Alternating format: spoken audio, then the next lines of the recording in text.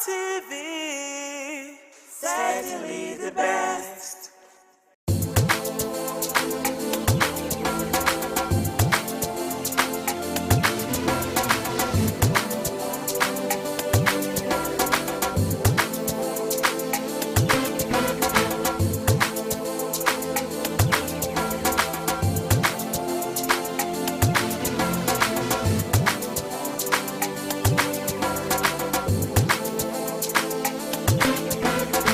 On today's edition of Market Survey, we take an in-depth look at the price of rice, one of the most important staple food consumed by Nigerians. Rice is eaten in every home across different cultures and regions. Because of its importance, any change in the price of rice has a direct effect on households and the economy. To fully understand the current price of rice in the market, it is important to first examine its journey from the farm through the processing and finally to the market where consumers make their purchases.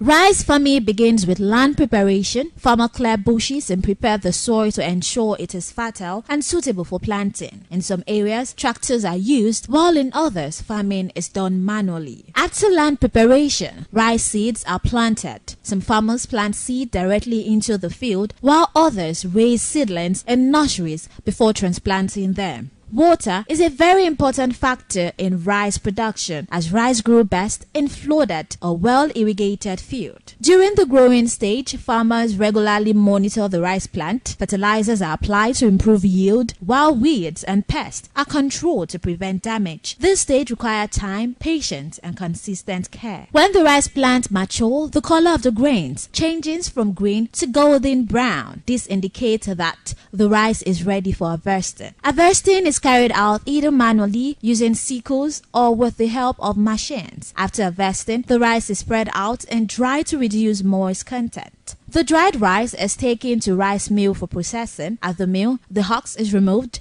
and the rice is cleaned and polished. Once processed, the rice is bagged and prepared for distribution to various markets. From the rice mill, bags of rice are transported to market across the country. Transportation plays a major role at this stage, as rice often travels long distance before reaching the market. Now to the market. Different rice varieties were observed, including locally produced rice and imported brands. Traders revealed that rice prices varies based on quality, grain size, and availability. Rice is sold in full bags as well as in smaller measures to meet the needs of different consumers. We would recall that years past, the price of rice was on the high side in many markets. During that period, the cost of bag of rice increased significantly, making it difficult for many households to afford. According to traders, several factors contribute to the increase. One major factor was limited supply, especially during the off-season when rice production was low. High transportation costs also play a key role. The increase in fuel prices made it more expensive to move rice from farm and mills, and these costs were transported to consumers. In addition, fluctuation in foreign exchange affected the price of imported rice. Importation challenges and government policies also influenced supply, pushing prices higher. As a result, many consumers adjusted their buying habits. Some families reduced the quantity of rice to purchase, while others switched to alternative food items. Although there have been slight changes in prices in recent times, traders say the market is still adjusting. Supply and demand continue to influence prices, and consumers remain cautious in their spending. We are currently at Lagos Street, one of the hub of the business of rice here in Benin City, to get to know the current price of rice,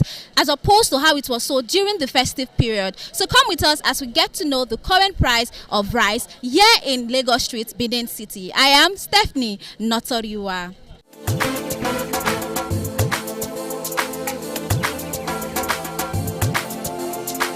How rice dey for market now overall? How the prices be? Well, we can't say much because the price for now is quite stable. The rice is not too much, it's not high a lot. The price is less, to be honest. Before, since December, the price of the rice has dropped, to be honest. Because before, let me say, around August, November, the rice was high too much. But for now, the price are less.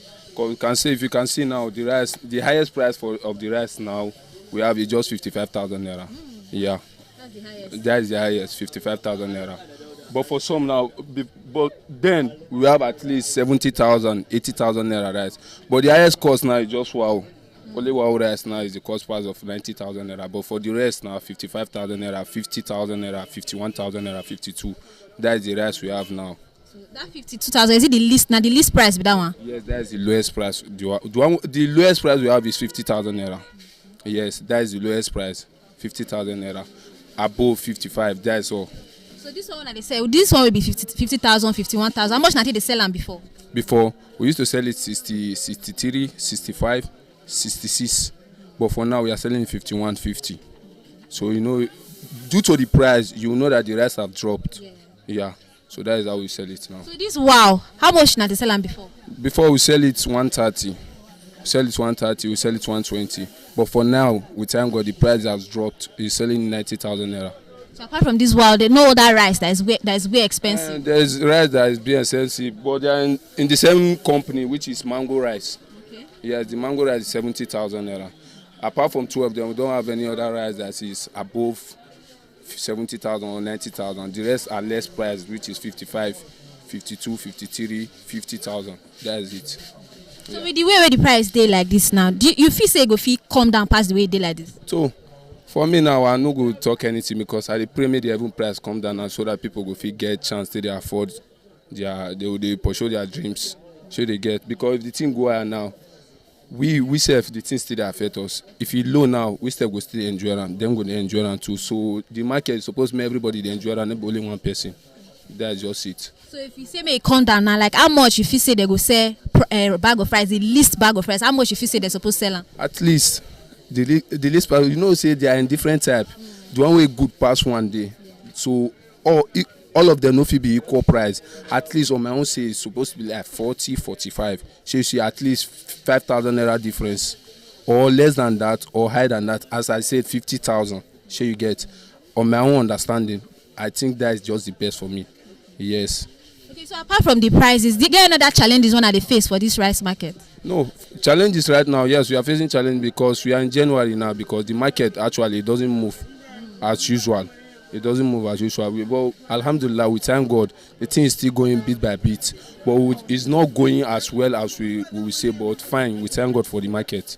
That's just it. So now say they be every January. So I wouldn't say now say they be every January, but this year is quite different because December we did a lot of business. To be honest, people buy rice a lot, but for now the thing has been much slower. But maybe before we enter next month, which is tomorrow or next tomorrow, I might say next from February to the upcoming month, maybe the thing might change. Yeah, we are expecting that. And we are still praying maybe the rice will just still drop the price. It don't go high. Because if you go high, we don't know how the thing will be again. So if you say transportation, see they affect the cost of the rice? Yeah, transportation they affect the cost of the rice now. Because if you observe, the rice, due to recently itself, we said, one I tell you, say we said 50, 51. So the price was high before now. Because due to the transportation, they increase the transportation, how they take the goods, how they deport the goods, they add transport fares. So that is why the goods now high, the rice now high. But for now, I think the price of the transportation is quite okay now. Because if you observe, the rice are quite, their prices are okay now. It doesn't go high, it's okay.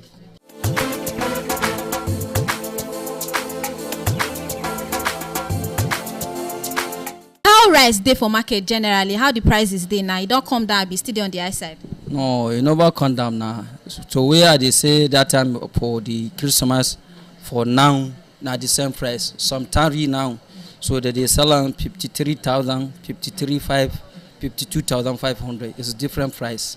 So how the rice be now? So you know, see people be in now. So how to see the rice na the price. So now it never come down, still dey high? No, it never come down. It dey where it dey now. So how much na take sell bag for December? How much it take sell for now? For December na 53,000, 52,500. For na so I say for December. Even now to say 52,500, 52,000. Now they say now. So that 52 and 51,000 are the least amount waiting the sell rice. Now the least amount. So the highest rice now how much? Highest now 54,000, 55,000. So which rice be the highest rice? Highest down he gave Mafa, African King, so Optimo. So now Optimo no dey for market everywhere now, so it don't hard small now. So this one now how much? How much should they sell? Which one be this rice? 53,000, 52,500. So if you want buy many like 200 or 100, so are they selling 52,000? So even now one bag are they selling 52,500, 53,000. So what's to make if you say prices never come down? So me I don't know. Now not the market now. So you know see now. So I don't know how much till they come now because you know see dry season 9 day now. Now maker so I don't know whether you go condemn people or you know go condemn now. I don't know. Okay, so for rainy season it's supposed to come down. Yes. Because everywhere then drag now. You know see that time before rain dey fall, road you go block. Now you don't know they block now. So sometimes if you want carry truck now, you go take the price high price now. So not the same price. You know but less the price now. So how much if you say they're supposed to sell rice if you want make come down? If you make come down, may sell 30,000 now or 25,000. For the highest bag of rice? Yes, 25,000 or 20,000. So I have you make you come down 15,000 or 10,000 ma. So I have you down.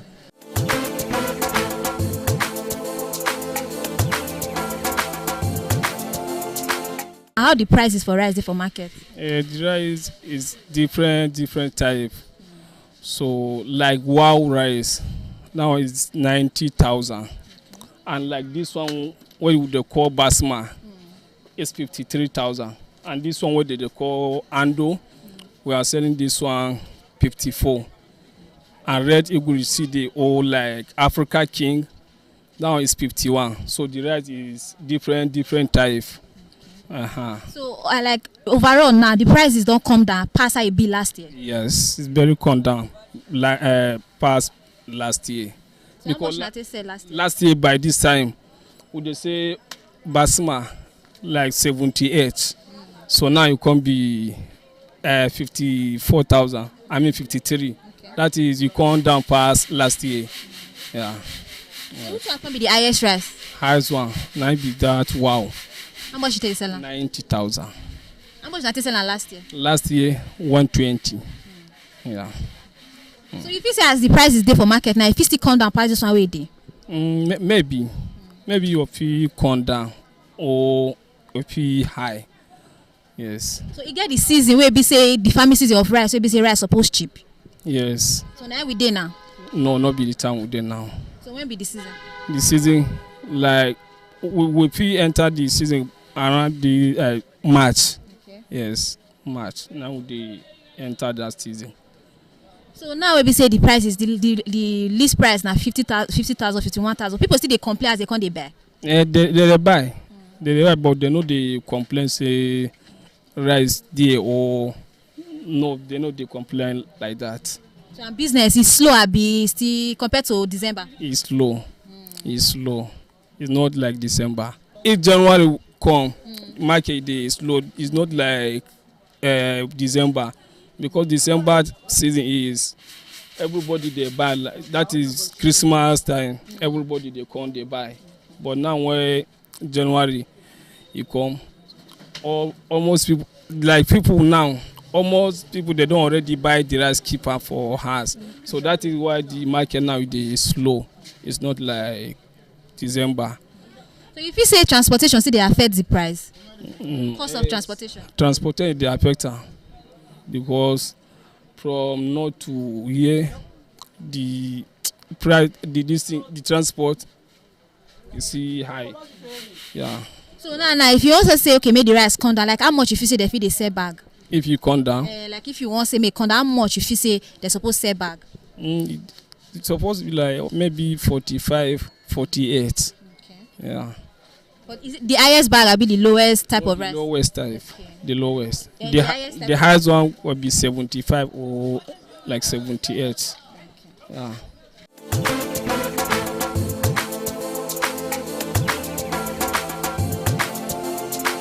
how's the price of rice for market now? Like if you say it don't come down, be still there on the high side. It's still a little bit high, but you still have a little reduction, but it's not much. Depending the types of rice. Rice is not one type of rice.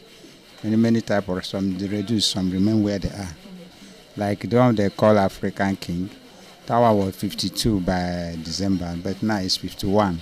Okay. Some can say 50, 500. Just a little reduction, as you can hear from me. So the other one, Big Bull, is no more. It's no more. But the one that I played is at 65, 67. You see that's high price. The same price they are selling during the Christmas. So all that other ones like Pretty Lady, that one remained 50. It was 52, 51 during Christmas. Just a little reduction of the price of rice. Yeah. So which one is the highest rice? The highest rice now is supposed to be Big Bull Diamond. After that, it becomes this Eco rice. Eco rice now, which is about 62 as at now. The highest cost rice is not so much in circulation. That wow, and the mango.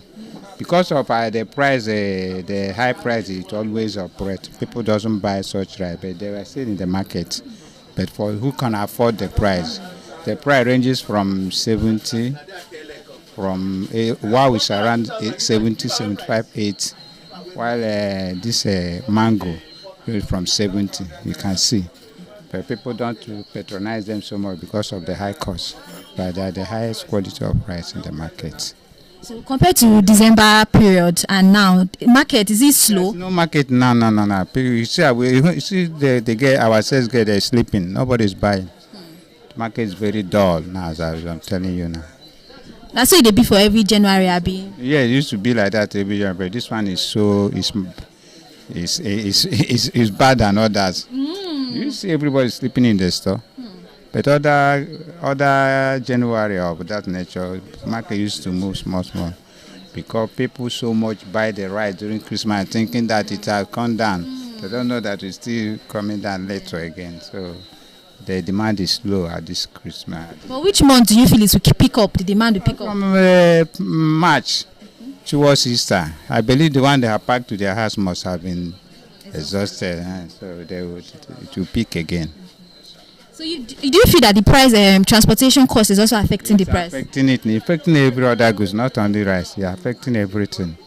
Because even you say as well as the price of fuel and diesel is so it affects.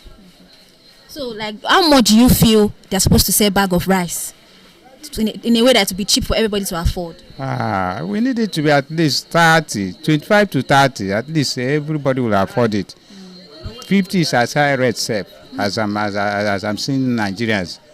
It's higher, but 25, 30, we feel okay that it has come down.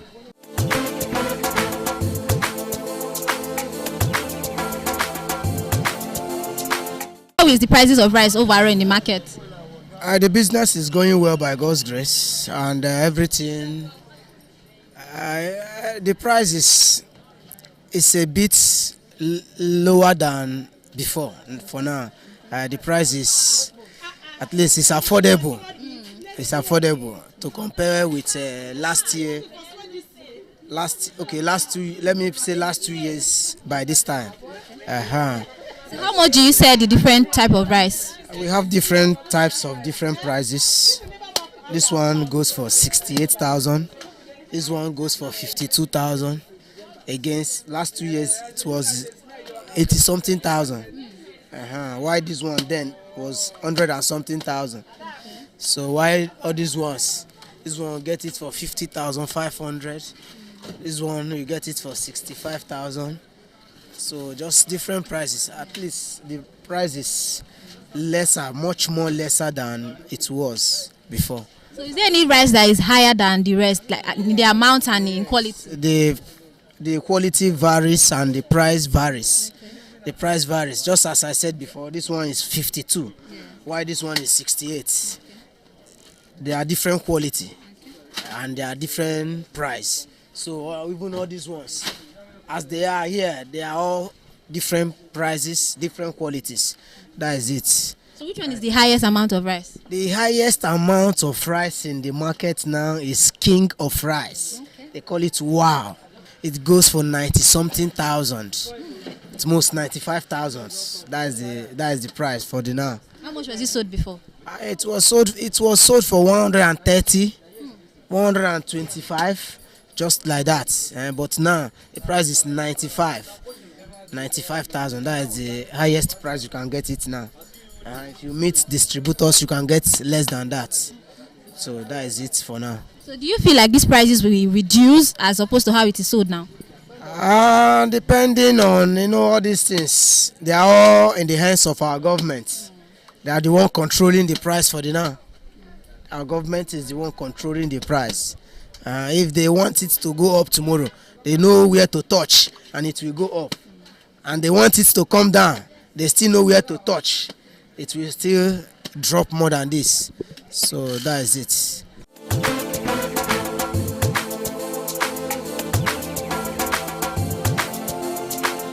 From rice farming and harvesting to processing and transportation, rice passes through several stages before reaching the market. Each stage contributes to the final price paid by consumers. On today's edition of Market Survey, we have shown you that rice prices are shaped by production cost, transportation, government policies, and market force. Understanding this process helps explain why the price of rice rises and falls in the market.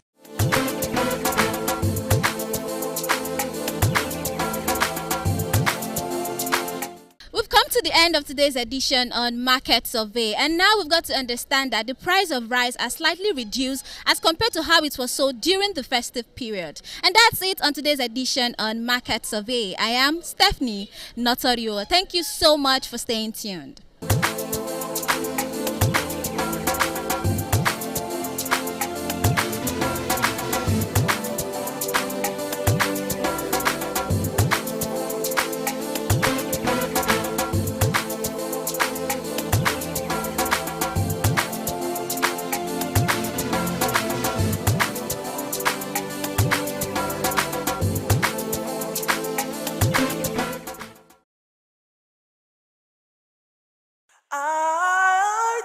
ITV, certainly the best.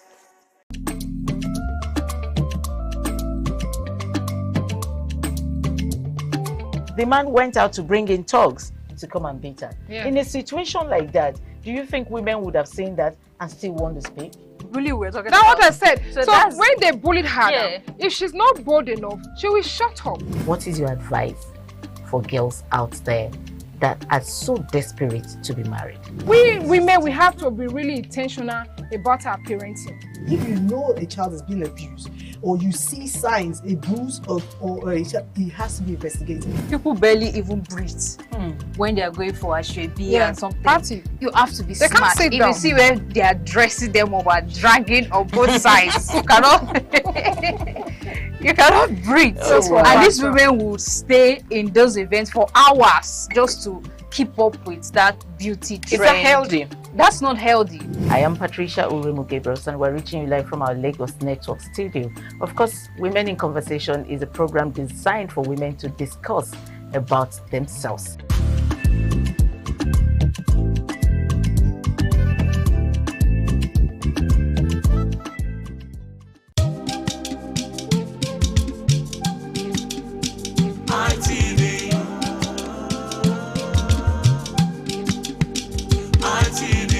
ITV, certainly the best.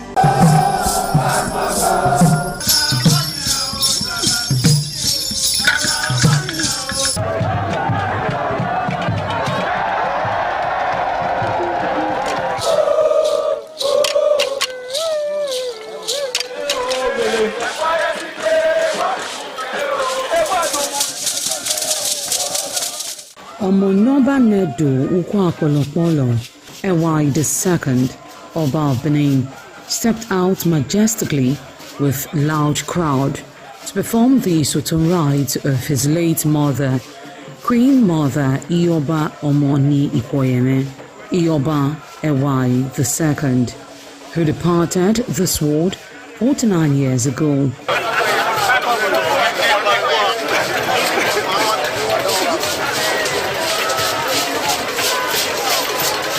Isoton is a traditional rite of the procession in memory of the departed person's spirit in Benin Kingdom. It is usually heralded by public display of the departed person's influence during their sojourn on earth. The display of a human effigy symbolizing the departed royal matriarch was preceded by the Oba of Benin, who led the procession from his palace to the Immortal Shrine at King Square in Benin City, where he offered prayers for the repose of the soul of the Queen Mother, Ioba Ewai II.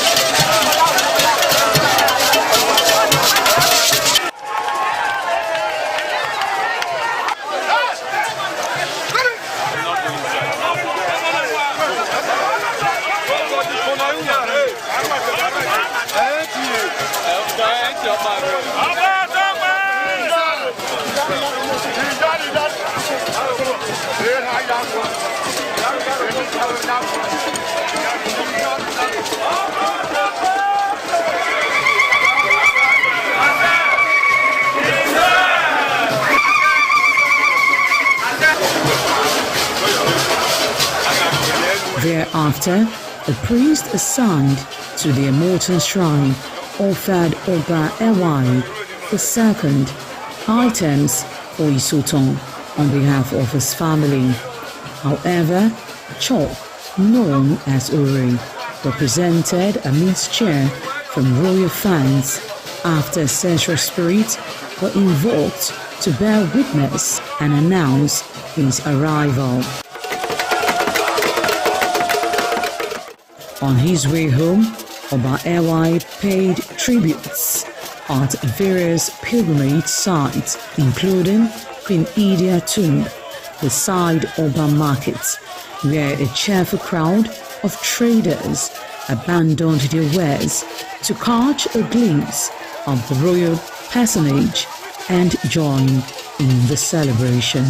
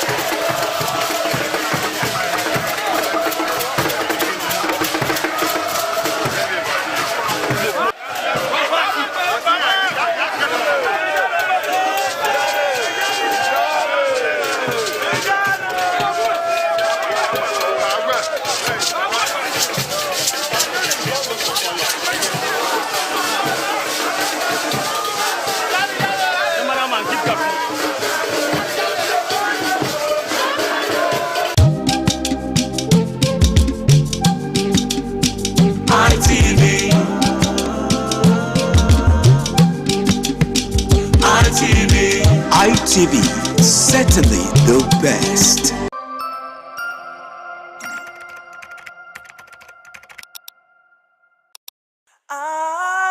ITV, certainly the best.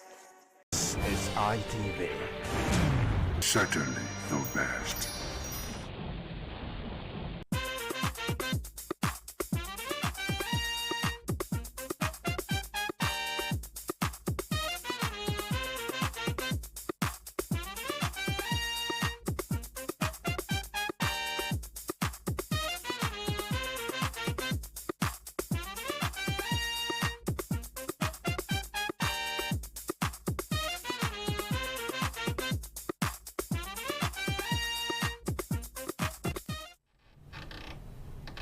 Good afternoon and welcome to your favorite current affairs program, 60 Minutes Nigeria. My name is Egosa Agmonlao. It promises to be another exciting package today because we'll be looking at something that you really will be interested in, and that has to do with the influence of religious leaders on governance. Now let me just give you the background before I introduce my guest. Now, on the 1st of February 2026, His Excellency Distinguished Senator Monday Okpebholo, Governor of Edo State, was in Living Faith Church, Ira, to attend the church and to receive prayers. Now that brings to mind the role of religious leaders in governance. How many religious leaders are actually involved in influencing the leaders to leading right, in supporting the leaders to leading right? Or, if you look at it the other way, do leaders recognize the very important role of religious leaders in governance?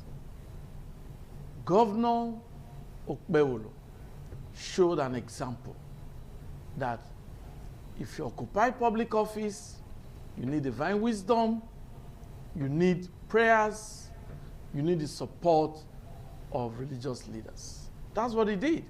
But it's not for me to say. I have very distinguished religious leaders with me today. These are men who lead congregations and who have also recorded success in other fields of human endeavor. I have Dr. Royal Ayemere, a clergyman, an educationist, and entrepreneur. Nice to have you with us today. Good afternoon. He just came back from overseas. You can see everything is showing on him. You are welcome. You will tell us more about that, because we need to bring what we gained from the diaspora to Nigeria to influence Nigeria too.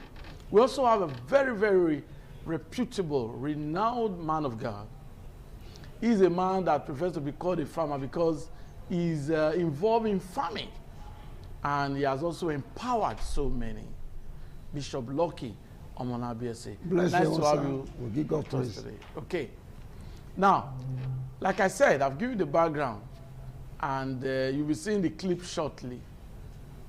And I'm going to start with Dr. Roya, who is also an educationist as well. Do we really need the influence of religious leaders on governance? Thank you very much. Good Okay. to know you are there, viewers. Okay. First and foremost, in governance, we need everybody. Okay. We need the politicians. We need the day-to-day everybody in society. Okay. Now, we cannot overemphasize the role of religious leaders in governance for so many reasons. Even in the Bible days, for somebody to become a king, a prophet must endorse him. God speaks to the prophet, go and anoint so and so to be king over my people. That was how David was chosen. That was how Saul was chosen. Okay. That's how a lot of them were chosen. Because religious leaders are people who carry divine presence. Okay. They are not just ordinary people. They are needed in governance. They are needed as fathers. They are needed as mentors. They are needed as counselors, as spiritual guides, so that leaders, political leaders, do not err. And at the same time, they know what to do. Because sometimes people who follow political leaders are just there for what they want to gain. Okay. But religious leaders are there for the people. They help these political leaders to know what they ought to do, because they relate more with the masses. They have their ears on the ground. They know what the masses are going through, because they meet with them on a daily basis. People come for counsel and rest. So from there they can know what to tell, how to counsel political leaders on what to do to make life better for citizens. Okay, so I'll just also get the opening remarks of Bishop Lucky Omonabiese. Do you really think public office holders, governors, the president, the members of the National Assembly, do you think they need the influence of religious leaders? Well, seriously, they need their influence. They need their presence. They have to be involved. They have to give the spiritual counsel and physical counsel. Okay. They have to guide them so that they can deliver their promises of campaign when they were campaigning for the other office. They have to guide them to pray and everything. And by the time these people are involved, and they didn't go there for their personal interest, then the government, the governor, the senator, whoever they are dealing with, will work well. But they go there with their personal interest. This is what we are seeing on screen. There will be a different dimension to the discussion. Yeah. Okay. So now, on the 1st of February, the governor of Edo State, as I told you earlier, was at Living Faith Church, Irua, and he received prayers. So I'm going to ask Dr. Royal. Now, I know that leaders do ask for prayers, but sometimes they just say, oh, please, everybody should pray for the governor. But this is a governor now who went straight to the church and knelt down and said he needed prayers. Now, do you think that was the right step in terms of the governor visiting Living Faith Church for prayers to lead Edo State right? I think that's not the first time the governor is doing that. Okay. When Bishop Aboye came to Benin, his program, the governor came. I was in that meeting. Okay. And he was grateful. I think for a governor to say, I need divine presence. Yes. I need men of God to pray for me. It's not just actually about the men of God. He's actually saying, I need God to succeed. The governance is not child's play. You see, you may not know what the governor is passing through until you sit on the chair where he's sitting. He's going through a lot. He's passed through a lot. So he needs spiritual guidance. It's a right step in the right direction. And I think other governors will emulate him, because what the governor is doing, he's doing the right path. Because you can't involve God and fail. He's saying, I don't want to fail. I want God to be involved in the affairs of Edo State. Don't forget, he's the #1 citizen of Edo State. If you look at the history of kings who did well in the Bible days, they involved God in whatever they were doing. So it's the right steps. Okay, before we take a break, let's also get the comments of Bishop Lucky Omonabia saying. Well, the governor is taking the right step to make sure he involves God to his life so that things can be better for him. And he has continued doing it always. He will get it right, because in the Bible days, all the kings were chosen by the prophet through God. It's just that these are days, so many things happening in the body of Christ. That's making people to feel that it's now like a jamboree business. It's true that we are seeing some genuine ones who are doing the right thing. For God, those things we are hearing on that. The reason is that we have no special body set up by the Christian body that control the body of Christ. They are checkmate the men of God on the altar, know what they are doing with themselves. If that is clear, all this thing we are seeing that people that are to be that thing men of God on the altar will stop. You see things working well, because they are actually God's ambassador, working through God to reach men and direct them well. But the government is doing the right thing, following the footsteps that God himself will direct him well, so that we will not fail the Edo people, because we all voted him. Whether we voted him, we not voted, as far as the governor of the whole Edo State, he should do the right thing, so that we will all be praising him tomorrow. I always say every day, he should remember it's from Edo Central. There's a man who came from that angle for Abu Salih. He should be able to follow that example and build the man record and prove to the whole world that these people, they are doing the right thing. Thank you very much. Incidentally, I have two men of God from Edo Central. Dr. Royals from Edo Central, Bishop Lucky Omonabia also have roots in Edo Central. Yes, so, and that's the reason they are so passionate, because Professor Abu Salih is one man that will continue to remember, who introduced free education. Professor Abu Salih, in his time, students used to enjoy cooked food by the Bende state government in those days. Professor Abu Salih brought reading materials, exercise books, biro, pens, pencils. People will not forget that man. And that's what they are saying, that distinguished Senator Mondo Ukpewolo really needs these prayers so that he can really surpass what Professor Ambrose Ali did in his days. But we'll talk more if prayers actually can influence leaders, because we've seen that so many leaders, once they are sworn in, some begin to do something different from the expectations of the people, despite prayers. But we'll talk about that after this break.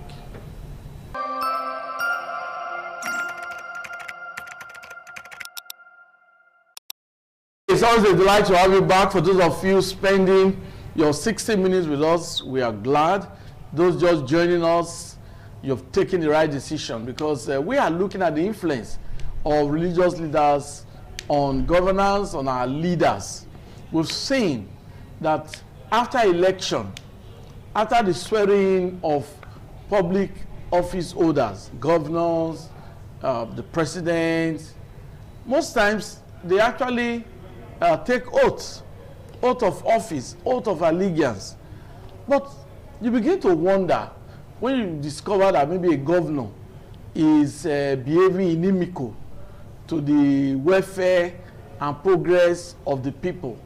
Sometimes it's appalling that decisions by the president, decisions by governors do not favor the people, do not favor the masses. The masses are suffering, smiling and suffering.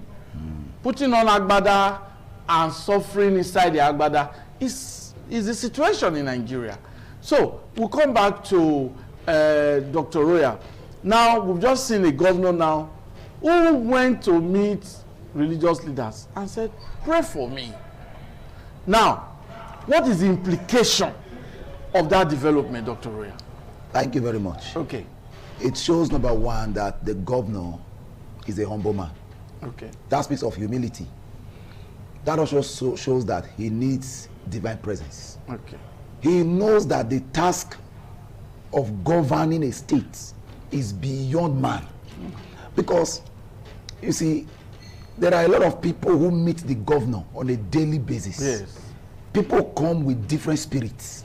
People come with different things. People can visit different places just to make sure that what they tell the governor to do, he does them. You are talking about voodoo now. I'm telling you, even in the Bible, there's a man called Haman who for 1 year was into nonsense because he wanted a particular nation to be destroyed, people in that nation to be destroyed. The Bible told us that for 1 year he was playing oracle, they playing oracle for him, until he went to the king and told the king, I want so and so persons to be destroyed. Naturally speaking, the king would have said, let's investigate this matter. Let's know if your allegations are true before I take decision. Yes. But the king didn't say that. He just signed. And that was all. So a lot of people meet the governor. So the governor is taking the right. It speaks of humility. It speaks of divine guidance. He is also a way of protection and preservation. And against demonic forces, demonic presence. The man who is doing that, he knows why he's doing it. Governance is not child's play. So that is it. I commend the governor for taking that step. It's a sign that at this point he's telling God, help me to succeed as a governor. Bishop Lucky Omonabiese, we've heard of rumors, allegations that we could not really substantiate, that some people were saying, oh, there are demons in Aso Rock. There was a time that rumor was really everywhere. Though I don't believe, some people don't believe, but some other persons believe. Do you think that some persons can actually use voodoo power to influence the decisions of governors and maybe a president? Very correct, sir. Okay. If you get to the book of Daniel chapter 6, the Bible says, a certain man called Daniel was elevated. Yeah. And so 3 men came together and told them, say, not when they are alive. And they made sure that the king signed a certain evil decree to send the man to the lion den. Now, it took Daniel prayerfully with his knee for God to intervene, divine intervention, to help him out of that danger. So it happened with the governor. In anything you are doing, the governor, the president, anything you are holding political class, there are people visit so many funny altars just to make sure the person in charge fail. Because men, as a governor, you came up from a certain party, and that party, and those that don't like that party, Actually, you have political enemies who will be praying for his failure. He understood that the world is full of evil. That's why he connected to God. So let me need God to help me to overcome all those that want to fail. I want me to fail. All the things he's saying, we do this, flower here and there, roast here and there. As he's saying it on the telly, people are hearing it.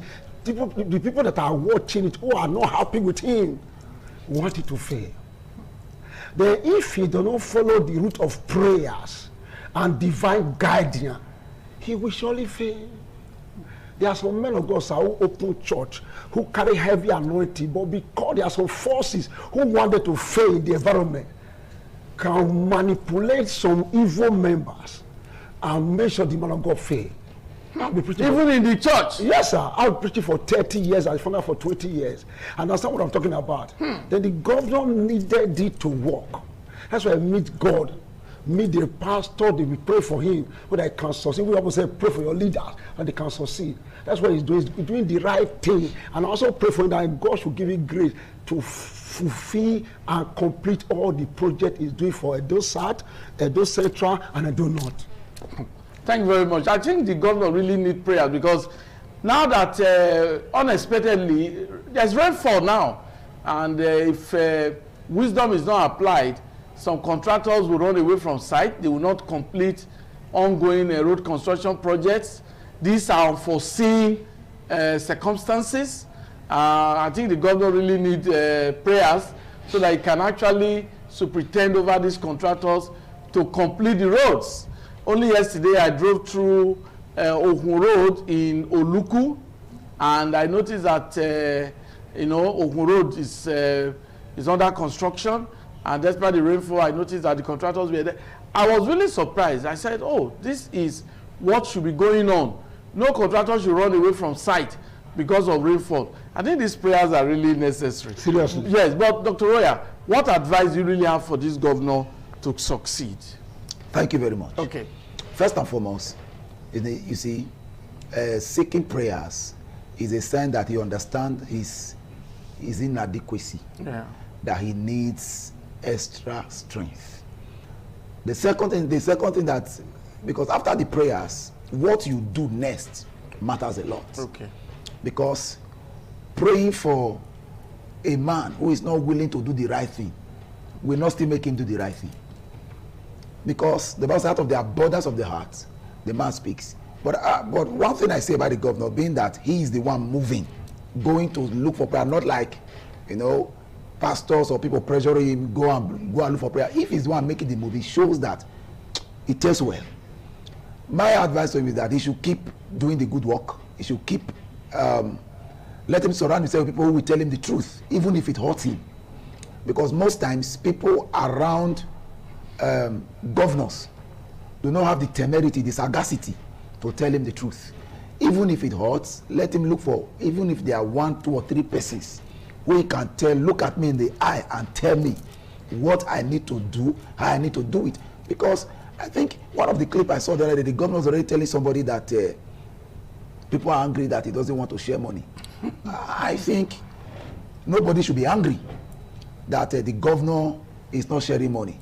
He wasn't elected to share money. He was elected to govern Edo State, not to share money. So hearing that alone, I just say this governor is ready to do the work, because it means he's not bound to the whims and caprices of certain persons to just sign phone Edo State cake. Is government house a bank that money is being shared?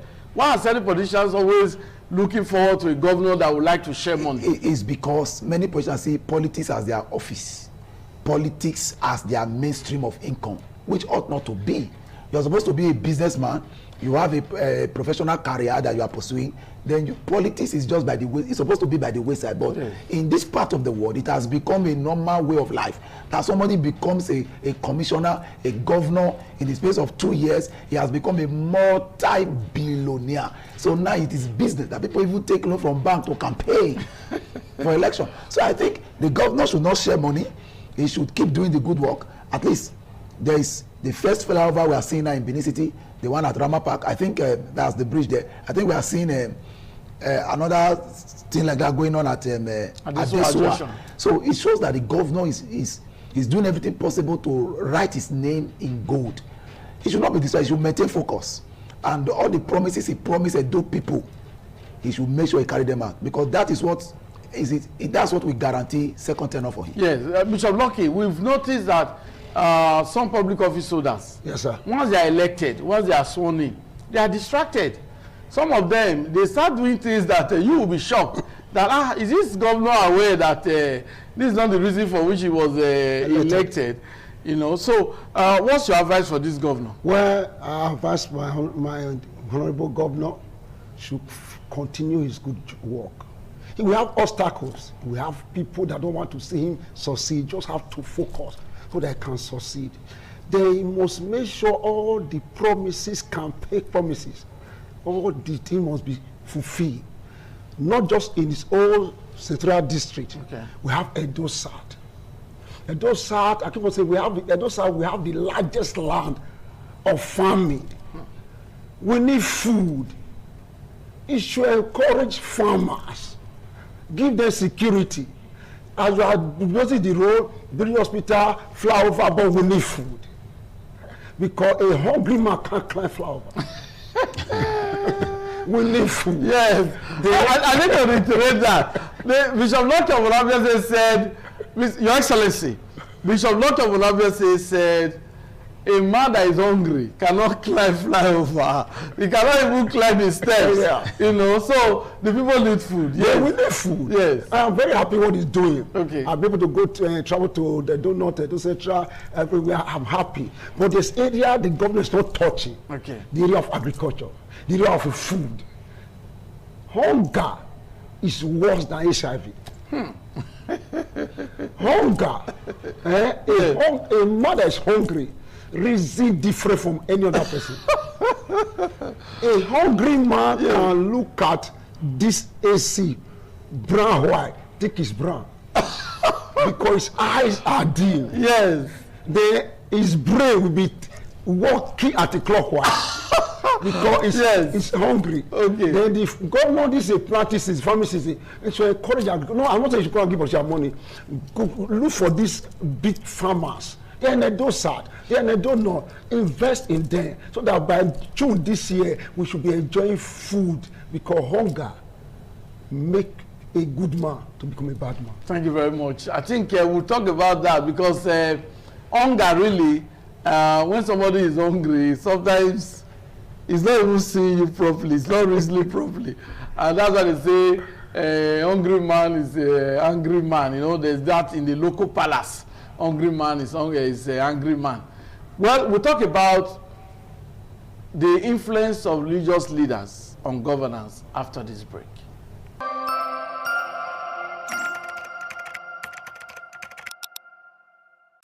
In Nigeria, we've been talking on the influence of religious leaders and the different dimensions, schools of thought have actually crept in.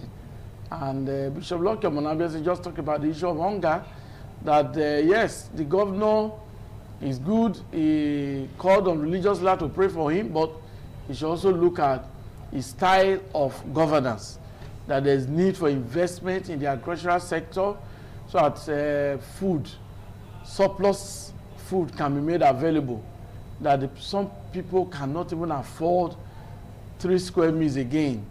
People are hungry in the land and they need food. Once there is food, people will be able to reason properly. A man without food cannot reason properly. May not even understand the policies of government, may not understand the shine agenda, because hunger is troubling him or her. Well, something just happened today, which is in the news now, and that had to do with the Electoral Act. And public office holders, the politicians are the ones that are elected. As we prepare for 2027 election, the Senate has rejected the electronic transmission of election results. Gentlemen, we'll start with Dr. Royal. Are you comfortable with this? I think at this point in our history, in our political history, in our national history, every well-meaning politician for this nation should begin to think of how to move this country forward, not to take us backward or to make us stagnant. You see, in America, you don't see queue. people can vote from any point. People can vote from anywhere.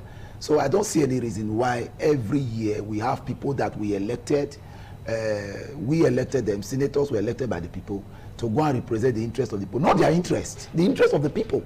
Nigeria at this point is overdue for electronic transmission of results, because that is one of the ways we have transparency, accountability. That's why we can hold our neck accountable, because I see no reason why people who are learned, people who are literate will be fighting against technology in transmission of results. I think Nigeria should come out to reject that move that Senate, the Nigerian Senate is making. Nigeria should come out en masse to reject it, that at this time of our history, nobody that we elected will take us backward. Or Nigeria should mark those persons who were responsible for saying that this move. Let me quickly interject. So that we don't want to incite the people. No, we are not inciting, sir. Okay. So that they don't return to the House of Senate again. Okay. Yes. It's that time we let them know. It's either you represent us, okay, or you come back home. Thank you very much. Bishop Lucky. Well, electronic transmission was rejected by the Senate from the Electoral Act. If you ask me, it's a very wrong move. Okay. We are a few months will be 66 years after defending. A 66-year-old man should have grandchildren who are already graduated University of Benin. Yes. Now this country is now 66 years old. Now people in the Senate ought to be thinking forward. They are rejecting something that is acceptable all over the whole world. Meaning they have a plan to keep on dealing with us. That when you see white, the day in the night become black. Then we as Nigeria, I'm a Nigerian person, I'm from Nigeria, from Edo State, and I will remain in Nigeria. I cannot claim British.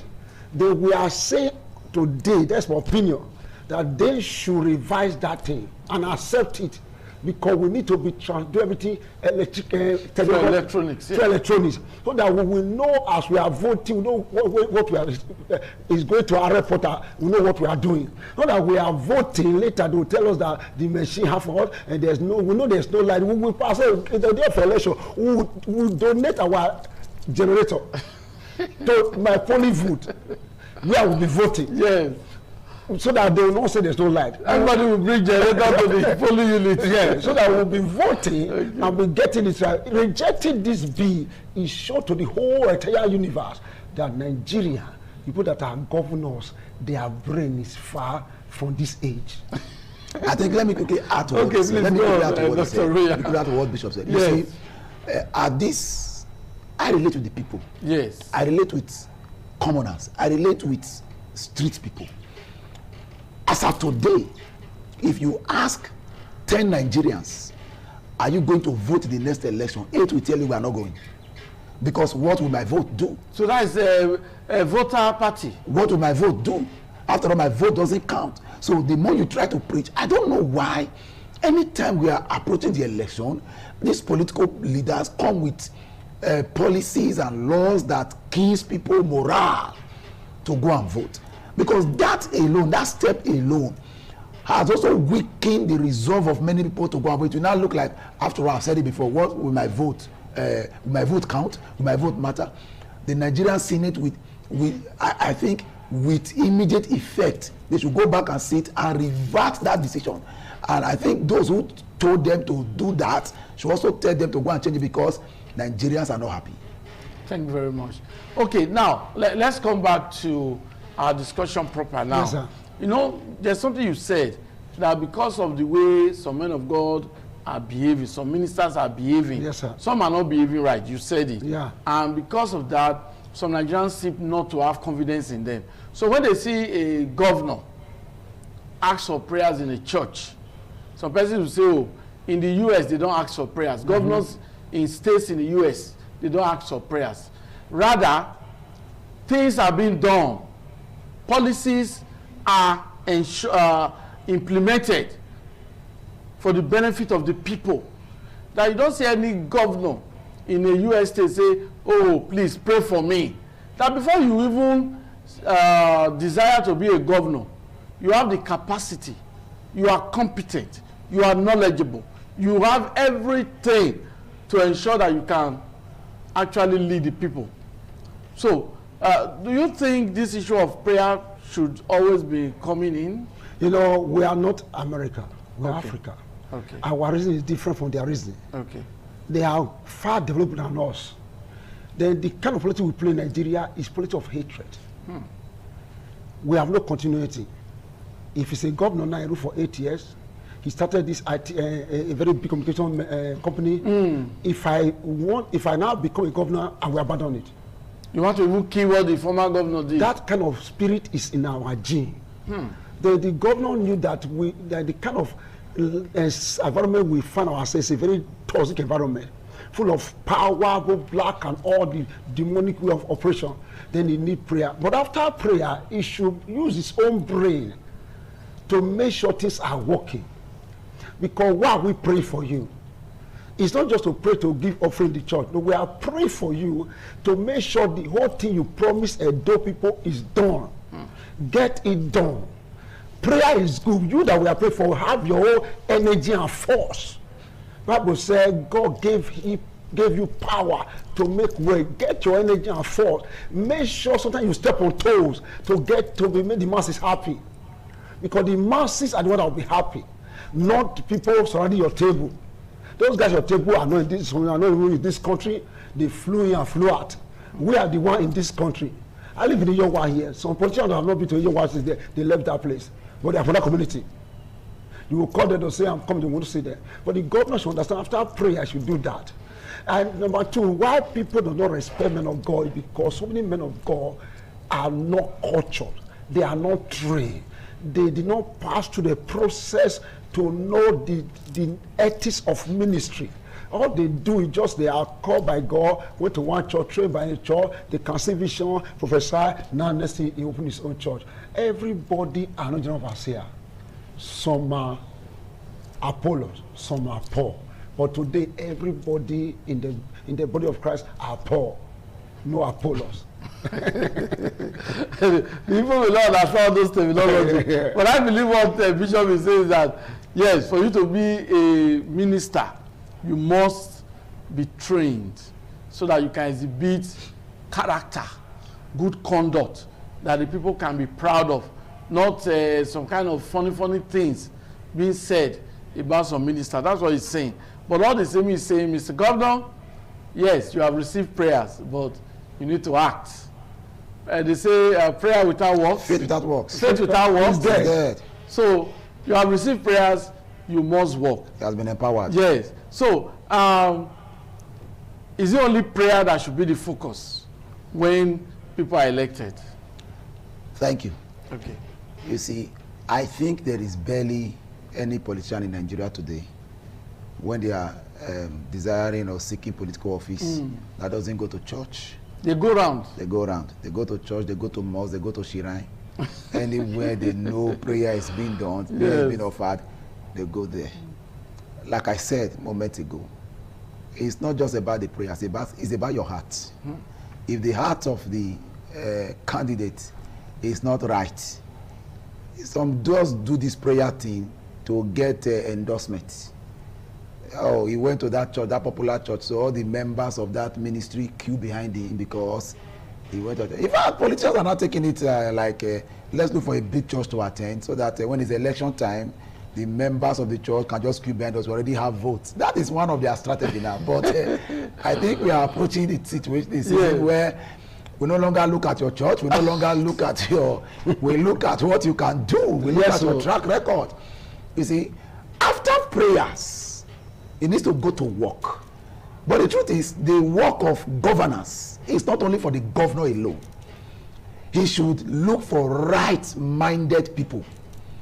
Putting square peg in square hole, a round peg in round hole. Because we have a situation in this nation where a lawyer was minister for power in this nation, and a lawyer was minister of works. We saw what happened.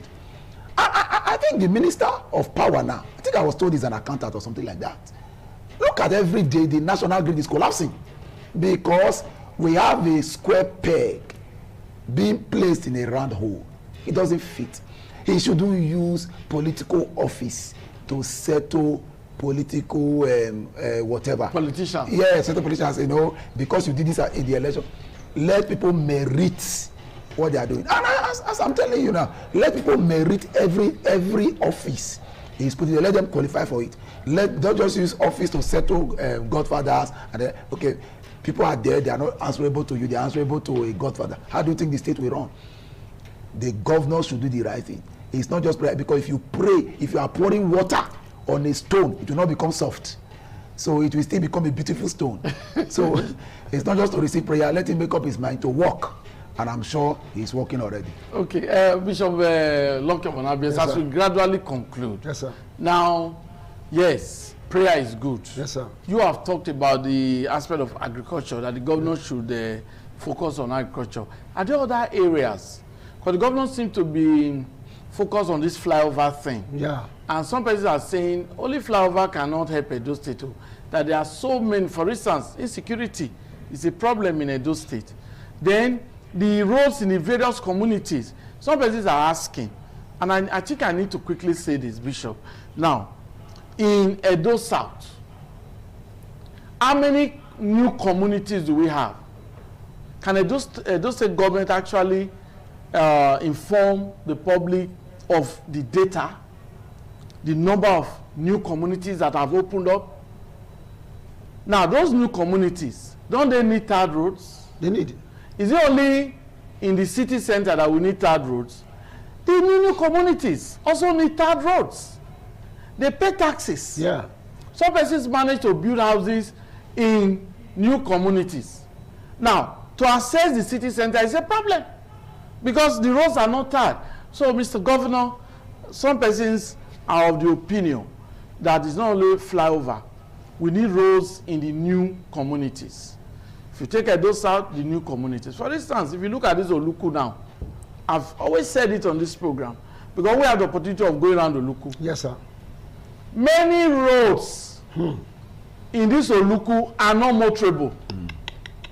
So you don't need to, I've said it more than once, and I believe government officials should come to Oluku, look at all those inner roads. You will discover there are no roads.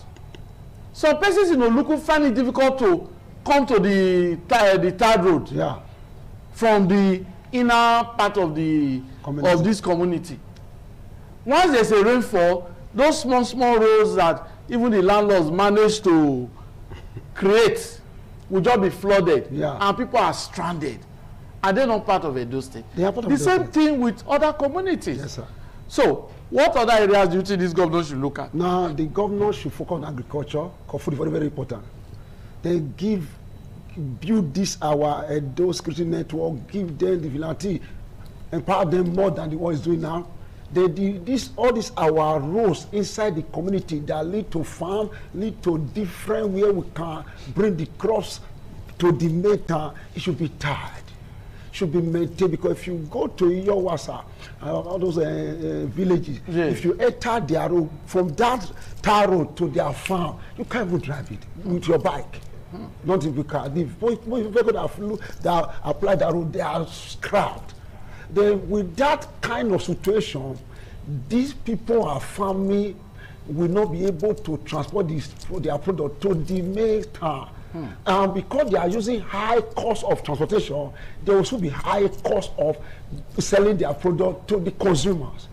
The governor here is doing flyover, everything fine. As soon as I said, it's only a man that 8 satisfied that can climb the flyover. You should understand that there are nobody will be hungry and thinking of climbing the flyover. They have to tackle that area, because if you pass Ijowa, go to Odeka, those villages, you will be surprised that some have to carry their load their head straight to the main road. No third road. Because even their machine cannot pass the place if it is rain. As it just rain now, the place is sleeping because it's so bad. Okay, your concluding remarks, Dr. Roya. Concluding remarks. Thank you. Okay. I think the governor, like Bishop said, he should look at how to employ our youth. Okay. Create employment for our youth, because the rate of insecurity is because the youth are jobless. A man who is working will hardly have time to commit crime. That's true. Secondly, our educational system, ethics and values should be reintroduced into our educational system. Let people know that there's dignity in labor. Because I think now we are not investing, we are not investing in education as much as we should. Because education, if you give a man education, it has a way of reducing insecurity. It has a way of making people enlightened that there are certain things an educated man will not do because he's enlightened. So we invest in education. During the Oshomole era, the red roof was a slogan. In the Oshomole era, I think when Obaseki came, the curriculum that the teachers were using became a slogan. Yes, this governor should consolidate on that. Let him empower our educational system. In fact, if possible, declare state of emergency in that education, then empower our youth. Let's take our youth off the street. We have youth in Edo State who have people following them massively on social media. They should use these persons as ambassadors to recruit youth.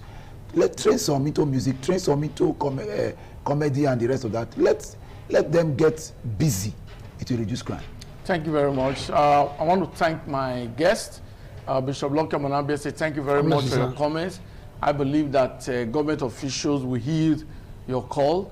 Thank you, Dr. Roya Ayemere. I also believe that government officials will heed your call. This program serves as a platform for enlightenment, discussion, sensitization, and I believe that once we make comments here, it's not to castigate anyone, but rather it's our own way of supporting good governance. The prayers offered at Living Faith Church Irua, that was commendable. We thank Mr. Governor for recognizing that he needs help, he needs God. But the guests are saying, after prayer, you need to sit down, you need to meditate, you need to think out of the box how you can develop Edo State. That you have a role model, Professor Ambrose Ali from Ekpoma, who did wonders when he was governor of Bende State, now defunct Bende State. And some persons still remember how free books, free textbooks, writing materials were given by the government of defunct Bende State to students, to schools. Some of the persons who benefited from Ambrose Ali's free education are leaders today, but they are not reenacting what Ambrose Ali did. They enjoyed it, but they are not ensuring that other persons enjoy what they enjoyed in their time. That's not good. On that note, I say thanks for being a part of 60 Minutes Nigeria. This week's edition has been interesting. By the grace of God, next week will be more interesting. Have a wonderful weekend. Bye-bye.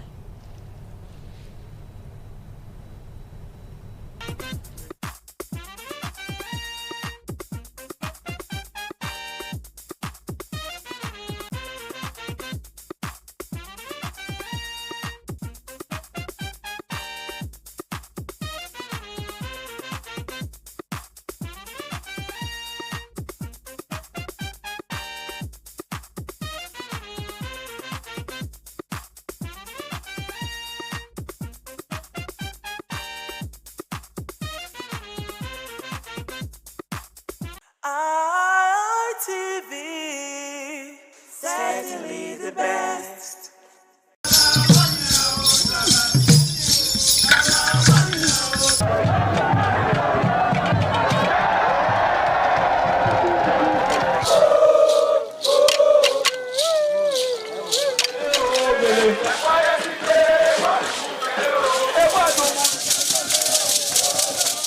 Some days, there comes the Ugemobo Festival, which the Oba celebrates outside the palace gate. A pavilion is built of red cloth where rites are performed to drive away all evil spirits still unsatisfied by the year's sacrifices. The Ugemobo Festival is to commemorate an event in Benin history which dates back to 1504 AD.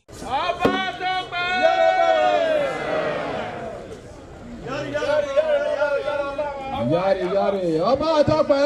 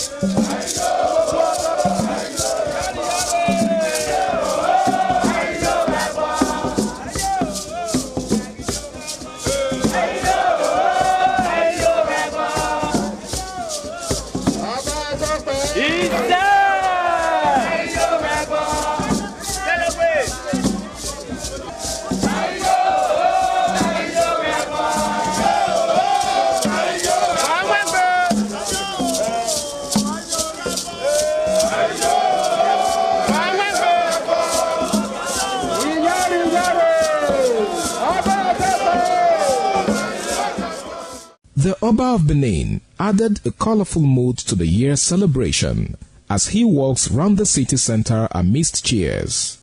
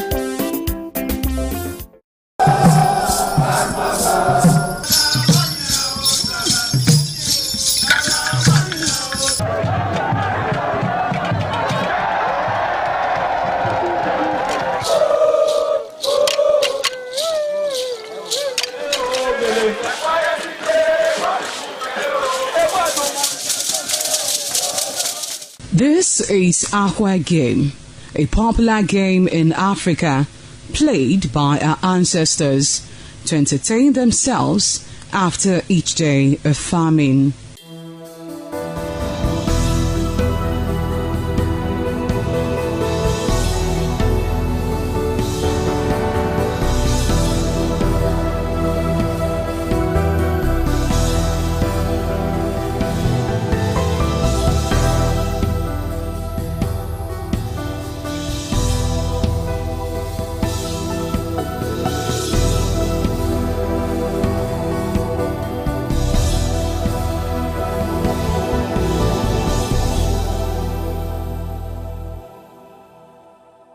It is also relevant in our coronation in Africa.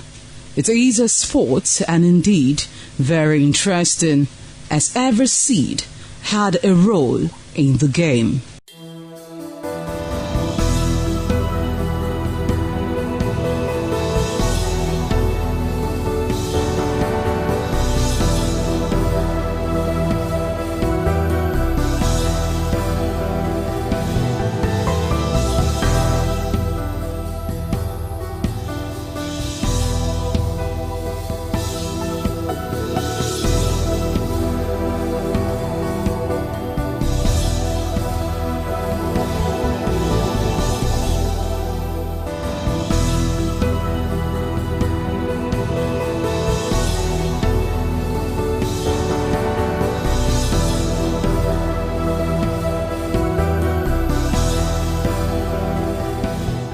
Playtime is 45 minutes per set.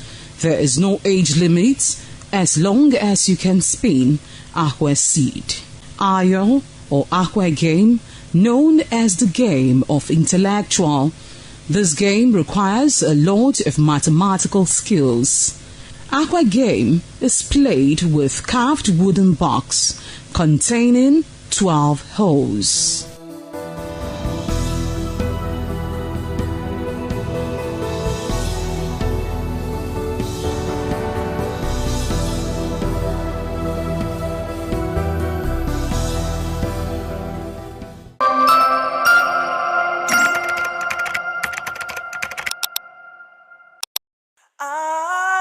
ITV, certainly the best.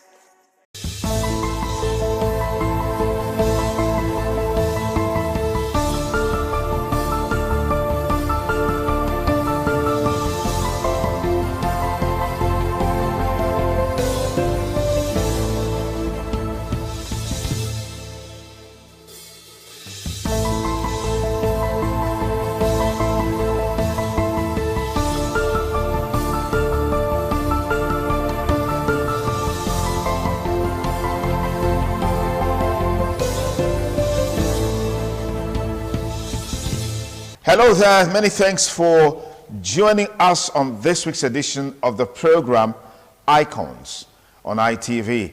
Icons is a program specially designed to showcase our celebrities looking at their trajectory in life, how they started, what are those lessons learned, what are those values and virtues that made them to be who they are today, and then of course their projections in the nearest future. So much to learn from their storyline. That's the reason why we have this program. And today we have a very special guest on Icons on ITV. He is a celebrated international Nollywood movie producer, director, filmmaker, scriptwriter. I mean, we can just go on and on and on. He's been about everything that has to do with filmmaking. What's the storyline? An interesting storyline. Well, for him, he knew from the very beginning what he wanted to do, and then he went after it. But some people, at the beginning, it's always very difficult to decipher what they want to do. Some is by accident, some by coincidence, some just by fate. We have with us in the studio Lancelot Oduare Emasuen. But let me take it a little bit further. His Excellency High Chief Ambassador Dr. Lancelot Emasuen, aka the Governor. Lance, it's good to have you on the show. Only me. Of course. I mean, you deserve even more. Looking at the Honorable Commissioner added honorable. Okay, honorable. Fantastic. It's good to have you here. Let's start from the very foundation. Yeah. How did you come into movie making, film production? Was this something you've always wanted to do, or you came in coincidentally? Well, I think I started off as on the note of wanting to be an actor. I just love the arts generally. I had, at the time, singing, dancing, choreographing, acting on stage, acting on the street, wearing Father Christmas and all of that. And then I got involved with radio work. I am also very versatile with radio presentation, productions, radio, and my first encounter with camera was in the year 1987 in a film project called Uwi Udefi Agbonoviosa, produced by our own legend, celebrated Sister Abiomo Ubewi, then an Edo language piece. Then we started having other romance with cameras involving some guy called Zigzulu Kafo, the Delta man that was doing his thing here, gathered us. So we're just excited. Then kudos to the Bende Broadcasting Service, where we also do small drama, youth scene, youth rendezvous on NTA. Then I went to audition for folk songs on NTA and seeing these big cameras and all of that, where we did the auditioning.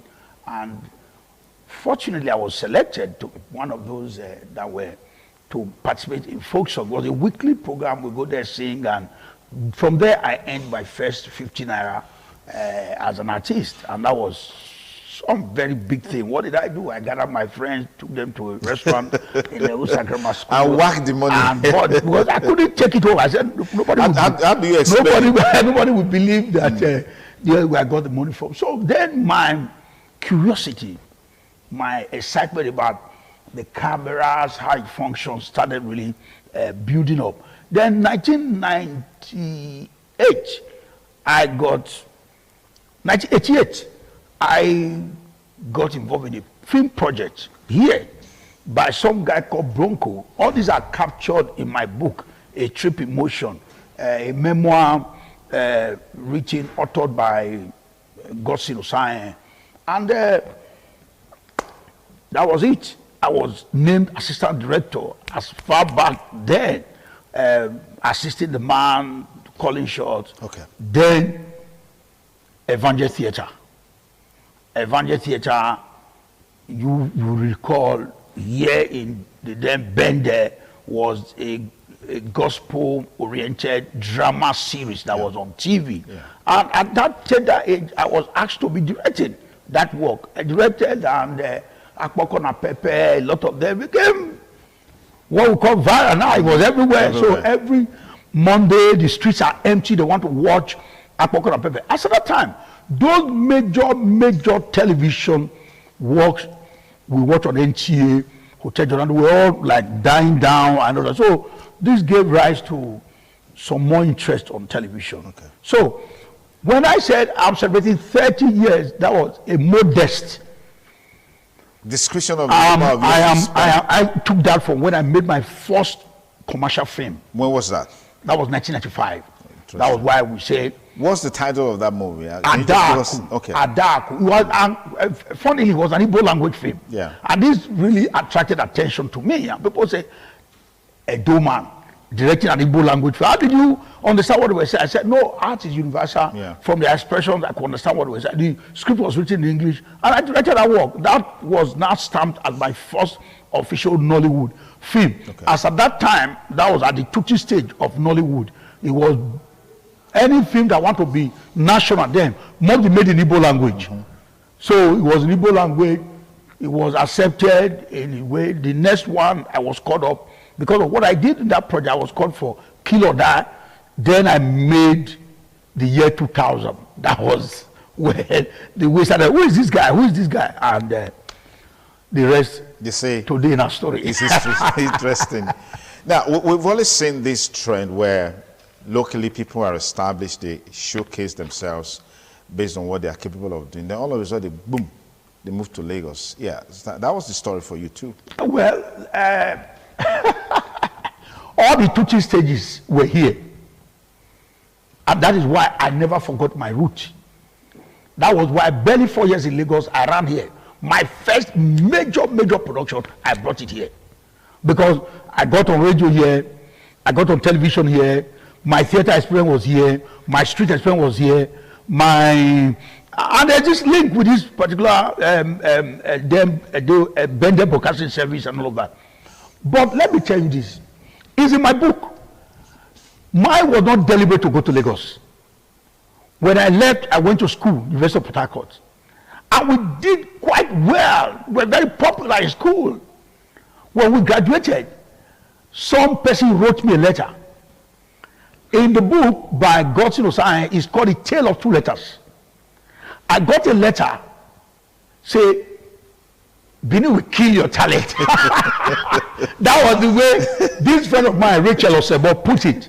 He said, go to Lagos, there's an auditioning coming up in Lagos at the PEP Reparatory Theater. Some big American theater director then called Chuck Mike was going to organize an audition for Lion and the Jewel. That was what took me out of Lagos. Then there's another letter by an uncle that says, because I told him I would come to stay with him. And he wrote a letter down and said, don't come. But I didn't get the letter my uncle wrote that don't come. And I got the one that said, come to Lagos. That's why I moved to Lagos. Mine was not just deliberately, okay, nothing's happening here. Yeah, let me go to Lagos. Let me go to Lagos. No, mine was just an accident of history that paid off. Fantastic. Well, if you just join us, the program is Icons on ITV. Our guest today, you already know, is Lancelot Odua Emaswe, Nollywood actor, director, producer, filmmaker who is still in the euphoria of celebrating 3 decades in the industry. So let's take you back to the industry. For every success, there are bound to be challenges. Right. Some barriers, some bottlenecks that you need to overcome. So what were those challenges? How were you able to deal with them? First was tribe, ethnic. Like I said, my first commercial film was in Igbo language. In Igbo language. And majority of the productions of those that were funding films then were Igbo merchants that wanted to make films. So there was no way they would have given money to go and make an Edo language film. And then it's a trend. What was ready then was Igbo language movies. You saw the success of Living in Bondage, Nneka the Pretty Serpent, and a whole lot that followed then. The Igbo language. So language. And the other big sector was Yoruba. Okay. Yoruba another year. Igbo another year. And they were not making movies in English, per se, as at that time. Until there was this, again, a reversal. People now started making English movies. Then we were able to settle. That was a major thing. Which block do you go to settle that will accept you very, very well? Okay. I don't understand Yoruba. I don't understand Igbo. But I made my first, because those guys, okay, what they were looking for was just talent. And not a lot of them, traditionally, were into art or productions. A lot just of in them, the commercial aspect of it. Yes. So when this came, it became a major challenge. So you could see a long stay not doing anything, because most of the scripts that come, you also want to be in a comfortable footing where you are okay, you want to understand the language. Yeah, it was strenuous. I made the film, but it was strenuous for me trying to do exactly what I wanted to do. Imagine that production at Daku.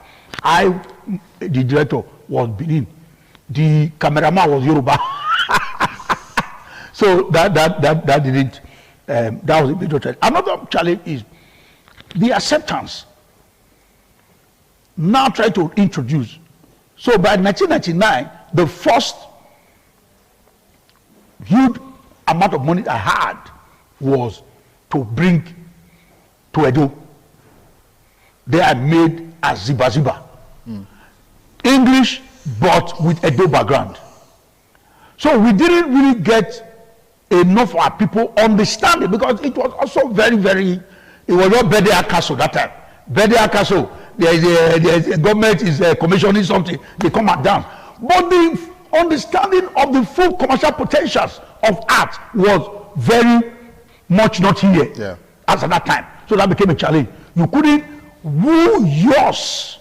So even as Ziba Ziba, the part of the money was given to me by an Igbo man, because he believed in my talent. So even my first production that I made was funded by an Igbo man.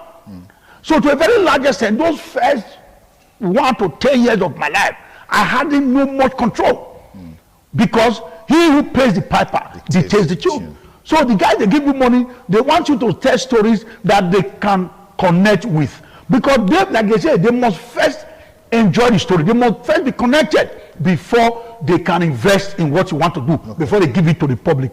This was on its own a major challenge. Now today, as our people actually bought in as much, not really, but a few understand, like a few, like even my celebrated work at Desuwa was funded by a guy in Delta. Not from Edo State? No. Interesting. So the only major project I made that was funded by, I give giving out kudos for that, Senator Daisy Danjuma, was Invasion 1897. So this remains a major challenge. To date, our people understanding of the uniqueness of motion picture, that is not about self-aggrandizement. This is what America used to advance the neo-imperialism of the American state. That, every nation America threatened is really scared because of what they've seen of America in the movies. So the American government understood the strength of motion picture and used this judiciously to their advantage. Why the whole world is scared, why every child on the street wants to go to America, all was sold to them through the instrumentality of motion picture. So how come we've not been able to achieve that with our own movies? Because you know, there's a talk about imagined communities, Nigerians in diaspora, people living abroad. Their imagination of Nigeria is based on what they see in movies. To what extent are we using movies to change these narratives, tell these stories differently? These are institutionally intentioned actions. Underline that. The institutions must understand the pivotal role that motion picture plays in the reshaping of mind, the remolding or molding in from ab initio of minds. It is that understanding that is missing. Imagine a place like Enugu. I was there recently, and I paid tribute to the land. On seeing me, the celebration for among people say, this man, what you did for us here, what you did for us here. But the understanding that you cannot undermine the power of government. I was in Enugu a few days back. The reception was unbelievable. And an NGG came to me and said, what you did for us in this place, this state owes you. Because I said, all my fame, all the projects that defined me were made there. In my documentary, people saw Patience also paying you, but they were shocked. Peter Duce said, this man, this is the much that he did. So it now becomes on, I will say it again, we play too much of politics here. Everything is tilted towards political leaning and all of that. We must understand the pivotal role that certain individuals have come to play in the course of history and in what they are doing. We need deliberately, intentionally, the instrumentality of motion picture to reshape our society, to remold the mind, the way people live their life. So film is beyond just commercial. Government must intentionally, deliberately fund some productions that will begin to reconstruct the mind, promote our dresses, our way of life, our music, our tales that are beautiful. That is the work of motion picture. That was the intention of those that founded it. So we don't take one aspect of it, which is entertainment. What of the informative part? What of the educational part? What of also the negative the disinformation, the misinformation, the demarketing. People complain. Are we using it to the optimum? That is where people like us stand strong in history. Look at what the Yorubas are doing now. Excavating the prowess of their heroes, using the instrumentality of films and becoming global because they are going on Netflix. How many of us here, because productions are no longer 3 million naira or 30 million naira, we are talking hundreds of millions. So for the pride of our people, there are stories that need to be told. The story of Arwa, the story of the Baiwai, how it came, the story of historic greats that came from here that should not shape how we think and do things. That we are not completely. Look at the power, how Invasion 1897 struggled with a narrative that has been embedded in the world over time, that Benin offended and there was a Benin punitive expedition until that narrative of invasion came into board. I was on TV like this in the UK, Ben Television, when Dr. Walker saw it, that led to the return of the first two and whatever. That is the power of motion picture, and we are not taking it. We need to remake our society. We need to re-beautify our space, and what you watch is like what you eat. It defines you. Thank you so much for being who you are, for the impact that you've made, and congratulations one more time. That's our package for today and this week. Be sure to join us next week, same time on the program Icons. I'm Sonny Duke Okosun, wishing you a great week ahead. Bye for now.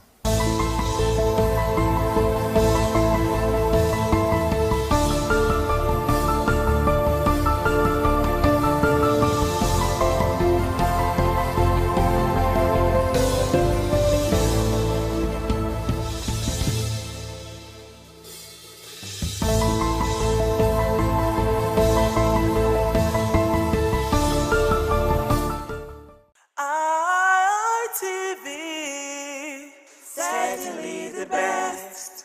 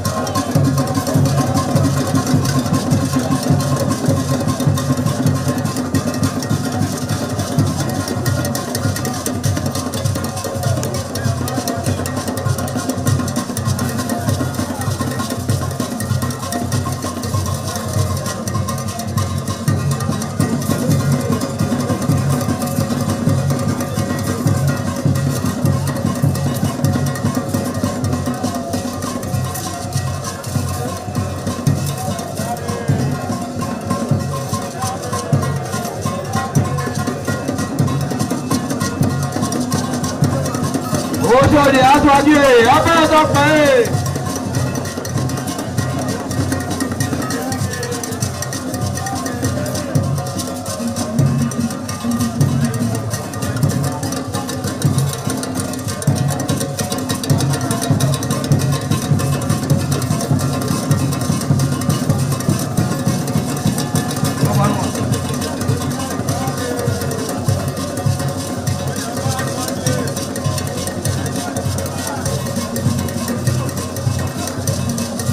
Àyàbá sọ́kì ẹ̀ ọbẹ̀ ọ̀dọ́pẹ̀ ẹ̀.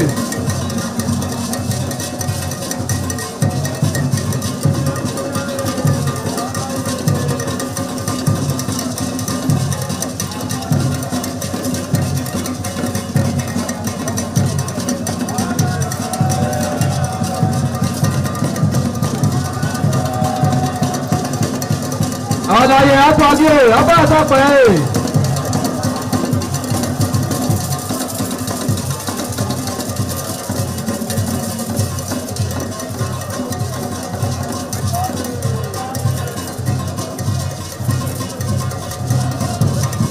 Ẹgbẹ̀dúwà.